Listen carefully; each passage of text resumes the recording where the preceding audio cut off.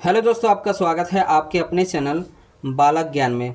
दोस्तों, आज हम आप लोग के लिए बायोलॉजी के छठा चैप्टर लाए हुए हैं। ठीक है दोस्तों, आपसे रिक्वेस्ट है वीडियो अंत तक देखिएगा, क्योंकि ये सारा का सारा जो क्वेश्चन इम्पोर्टेंट है, एग्ज़ाम की दृष्टि से ये क्वेश्चन बनाया गया है। सारा आपके एग्ज़ाम में ज़रूर आएगा, तो इसको ध्यान से देखिएगा।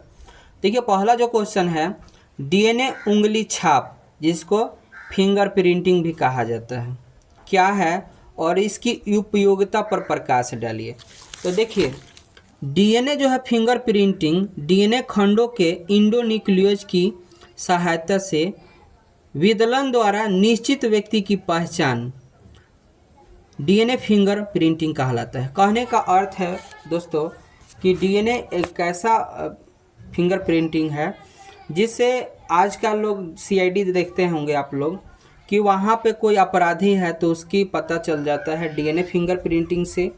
या देखिए, यहाँ दोस्तों पे बताया जाता है कि कोई बच्चा है, अगर उस बच्चे का डीएनए से मैच करा के उसकी सही माता पिता की जानकारी पता चला जाता है। या कोई अपराधी है, ठीक है, कोई बलात्कारी है, या किसी बच्चे की माता पिता जो है खो जाते हैं, या किसी तरह का ये जानकारी लेना है कि ये बच्चा जो है मेरा नहीं है, मेरा है, इसकी पता करने के लिए हम लोग डीएनए फिंगर प्रिंटिंग का सहारा लेते हैं। ठीक है, अब देखिए न्यूक्लिक अम्ल किसको कहते हैं। तो देखिए, न्यूक्लिक अम्ल एक लंबी कड़ी के पॉलीन्यूक्लियोटाइड बहुलक से बना विरहित अणु होता है। कहने का अर्थ है, न्यूक्लिक अम्ल जो है, एक न्यूक्लिक अम्ल और फिर दूसरा न्यूक्लिक अम्ल और तीसरा, यानी कई सारा न्यूक्लिक अम्ल जुड़ता है, एक बड़ा चेन तैयार होता है, जिसको क्या बोलते हैं, पॉलीन्यूक्लियोटाइड बोलते हैं। तो यही कह सकते हैं कि न्यूक्लिक अम्ल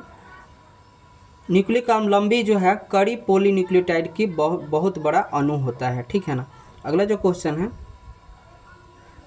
डीएनए क्या है दोस्तों। देखिए, डीएनए जो होता है यह डीऑक्सीराइबोन्यूक्लिक एसिड होता है। इसमें बेस जो होता है एडेनिन होता है, गवानिन होता है, थाइमिन होता है और साइटोसिन होता है।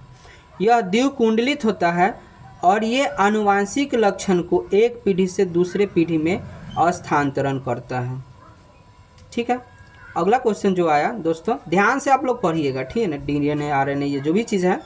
अब देखिए आरएनए क्या होता है। तो देखिए, यह राइबोन्यूक्लिक एसिड है। इसमें जो होता है बेस थाइमिन के जगह पर यूरासिल पाए जाते हैं। ठीक है दोस्तों, वहाँ जो है सब रहेगा, लेकिन थाइमिन जहाँ है वहाँ पर यूरासिल पाया जाएगा और इसका मुख्य कार्य जो है प्रोटीन बनाने का काम करता है। ठीक है ना, ये प्रोटीन निर्माण करेगा। और यहाँ पर जो है, जो आरएनए है उसके 3 भाग है। आरएनए होता है, टीआरएनए होता है, एमआरएनए होता है। दोस्तों, अगर इन तीनों का आपको काम चाहिए, क्या किसका काम है, इसका रोल क्या है आरएनए में, तो ये कमेंट में आप बताइएगा, इस पर वीडियो बना देंगे। ठीक है, अगला जो है न्यूक्लियोसाइड किसको कहते हैं। तो देखिए, न्यूक्लियोसाइड याद रखने के लिए आप एक ट्रिक याद कर लीजिएगा, सत्यनारायण पूजा। या ये याद रखिए SNP, न्यूक्लियो SNP नहीं याद रखना है, ये नहीं है।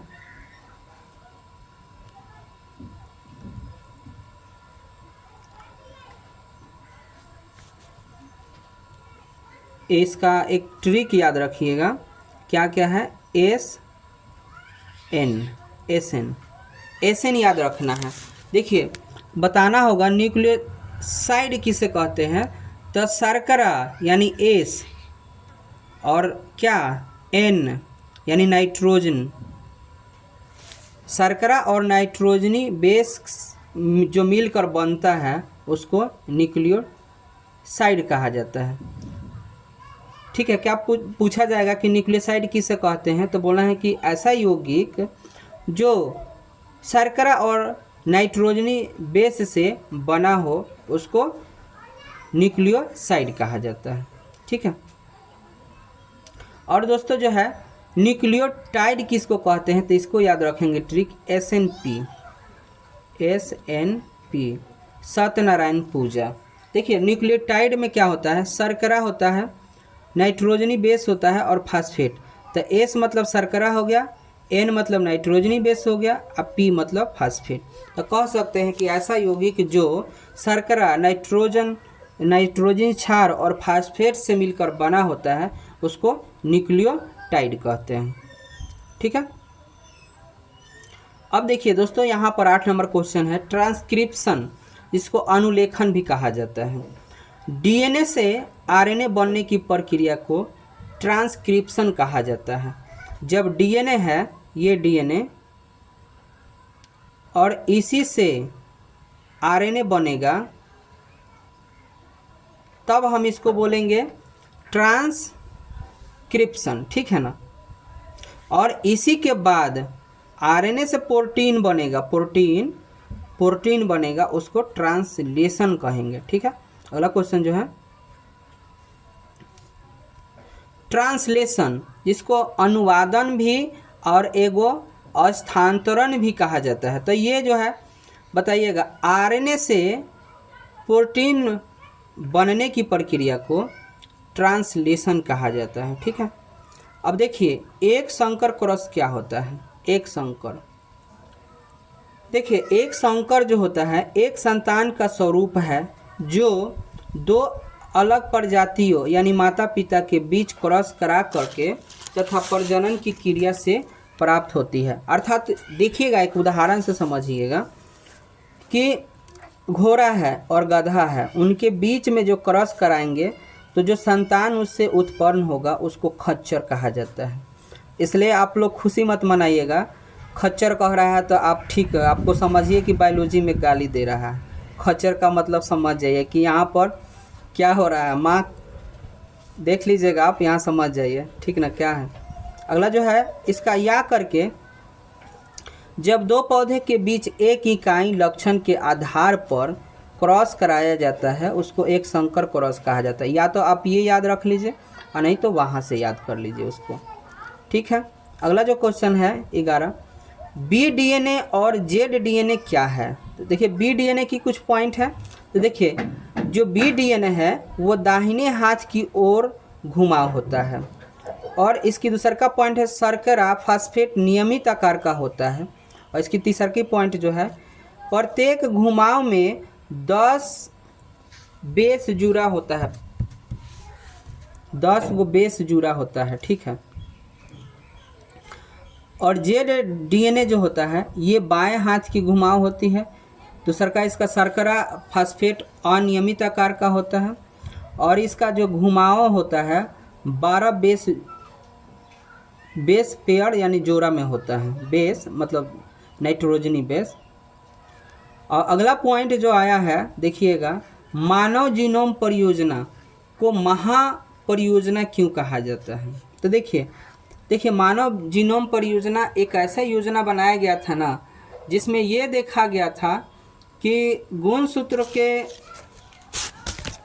किस रिसर्च के बारे में कितना उद्देश्य उस पर खर्च आता है। तो यही बात यहाँ पर देखना है। मानव जीनोम परियोजना योजना को महायोजना कहा जाता है। यदि इस योजना के उद्देश्य पर ध्यान दे तो इसके विस्तार और अवश्य ये बारे में कल्पना कर सकते हैं कि मानव जीनोम में लगभग 3 × 10⁻⁹ क्षार युग्म बनते हैं। यदि अनुक्रम जानने के लिए प्रति क्षार $3 खर्च होते हैं तो पूरा योजना पर खर्च होने की लागत $9 बिलियन होगा। इन्हीं कारणों से इनको महापरियोजना कहा जाता है। ठीक है। अगला जो क्वेश्चन आया ध्यान दीजिए, जीनेटिक कोड क्या होता है। तो देखिए यहाँ पर mRNA में उपस्थित 3 न्यूक्लियोटाइडों के अनुक्रम को जो प्रोटीन अणुओं के कोड करता है उसको आनुवांशिक कोड भी कहा जाता है, चाहे जेनेटिक कोड भी कहा जाता है। इसकी जो खोज है 1950 में नरेनबर्ग सर्वप्रथम जो है जेनेटिक कोड का ट्रिपलेट खोज किया था। अगला जो पॉइंट आया, पेप्टाइड बंधन किसे कहते हैं। तो देखिए हम लोग जानते हैं कि प्रोटीन बनता है, ठीक है, 20 प्रकार के एमिनो एसिड से। प्रोटीन 20 प्रकार के एमिनो एसिड से बनता है। तो यहाँ समझोगे कि एक एमिनो अम्ल का एमिनो समूह दूसरे एमिनो अम्ल के कार्बोक्सिलिक समूह से जुड़कर एक अणु को विमुक्त करता है, अर्थात एक बंधन बनाता है। उसी को पेप्टाइड बंधन भी कहा जाता है। या ये कह सकते हैं कि एक एमिनो है और दूसरे एमिनो अम्ल के साथ, तो ये बीच वाला जो बंधन है इसको पेप्टाइड बंधन भी कहा जाता है। ये पेप्टाइड बंधन है, ठीक है ना। अगला जो क्वेश्चन है, वाटसन एवं क्रिक के डीएनए मॉडल का विस्तार दीजिए। तो देखिए डीएनए संरचना की खोज वाटसन एवं क्रिक ने दिया था। वो डीएनए हेलिकल जैसे ऐसे रचना करके, डीएनए संरचना ऐसे करके होता है, ठीक है ना। वो कौन दिए थे? वाटसन और क्रिक। डीएनए अणु में 2 कुंडलित पॉलीन्यूक्लियोटाइड श्रृंखला का बना होता है। दोनों श्रृंखलाएं आपस में नाइट्रोजनी क्षार के द्वारा, जैसे ये वाला देखिए समझिएगा, ये जो है अपना क्या है, ये डीएनए हो गया और ये अलग अलग है।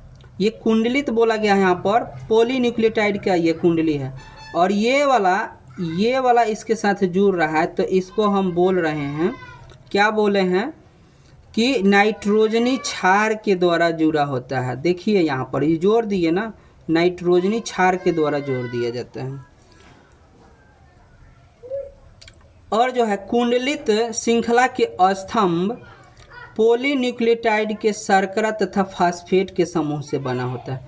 कहने का मतलब है ये जो है स्टैंड, ये वाला स्टैंड, ये वाला शर्करा और फास्फेट का बना होता है। ये वाला जो आप देख रहे हैं डबल हमने चला रहा है, ये वाला, ठीक है। इसमें 2 प्रकार के क्षारक पाए जाते हैं, प्यूरिन और पायरिमिडीन। ये दोनों बराबर मात्रा में पाए जाते हैं, ठीक है। अगला जो पॉइंट आया, डीएनए द्विगुणन को समझाइए। देखिए डीएनए की श्रृंखला अपने ही समान दूसरी श्रृंखला बना सकती है। डीएनए की इसी क्रिया को डीएनए द्विगुणन कहते हैं।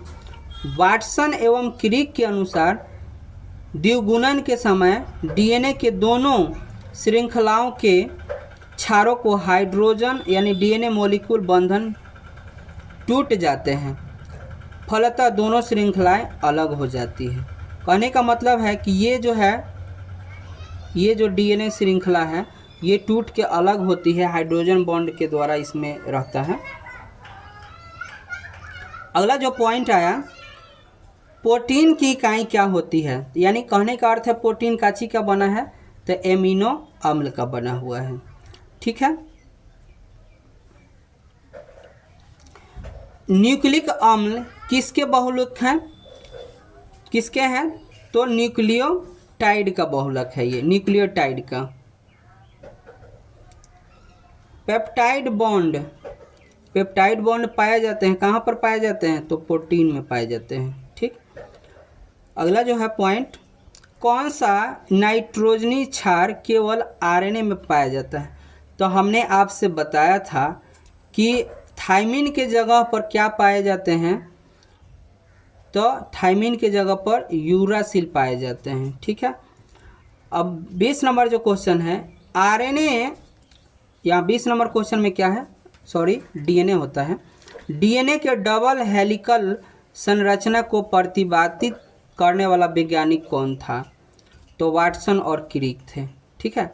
इन्होंने हेलिकल संरचना दिया था, ये वाला